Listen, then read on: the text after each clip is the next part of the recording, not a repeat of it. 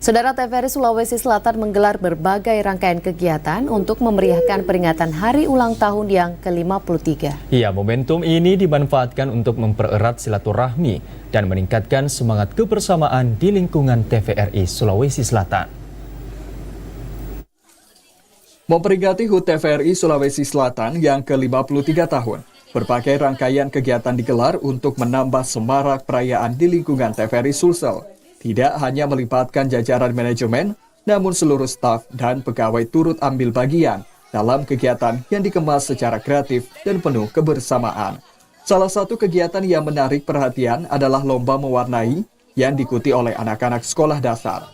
Lomba ini tidak hanya menjadi ajang hiburan, namun juga memberikan ruang bagi kreativitas generasi muda dalam mengekspresikan karya seni mereka. Selain itu, beragam games seru juga dipersiapkan khusus para staf dan pegawai TVRI Sulsel, mulai dari permainan ketangkasan, lomba tim, hingga fun games yang dirancang untuk memperkuat kekompakan, menghadirkan suasana meriah dan penuh tawa di lingkungan kerja. Momentum HUT ke-53 ini menjadi wadah untuk mempererat silaturahmi, meningkatkan semangat kebersamaan, serta menumbuhkan rasa bangga terhadap perjalanan panjang TVRI Sulawesi Selatan sebagai lembaga penyiaran publik.